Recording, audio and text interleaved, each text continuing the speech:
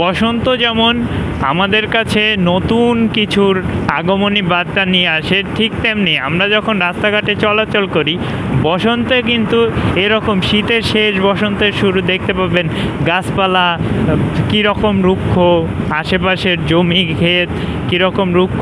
আসলে বর্ষাকালে আপনি চলাচল করলে দেখবেন সবুজে ঘেরা, ঠিক তেমনি বসন্ত বা শীতের শেষ দিকে যখন চলাচল করবেন তখন দেখবেন কি গাছের পাতা পড়ে গেছে কিংবা রুক্ষতায় ভরা।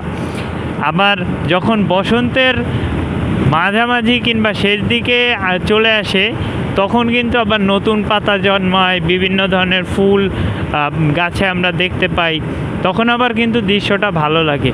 আসলে সব কিছুর একটা চক্রাকারভাবে ঘুরে, সেটা বাংলাদেশের ঋতু হোক কিংবা মানুষের জীবনচক্র।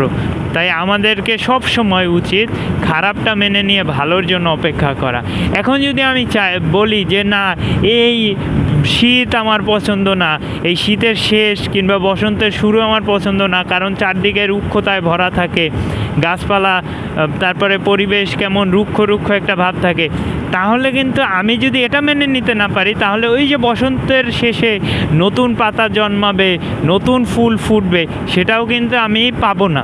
এই জন্য আমাদেরকে উচিত সবসময়, সেটা যে কোনো জিনিস হোক, জীবন হোক কিংবা জীবনের সাথে সম্পৃক্ত যে কোনো জিনিস, আমাদের উচিত খারাপ কোনো জিনিস আসলে সেটা খুব ভালোভাবে ওয়েলকাম করা এবং পরবর্তীতে ভালোর জন্য ওয়েট করা।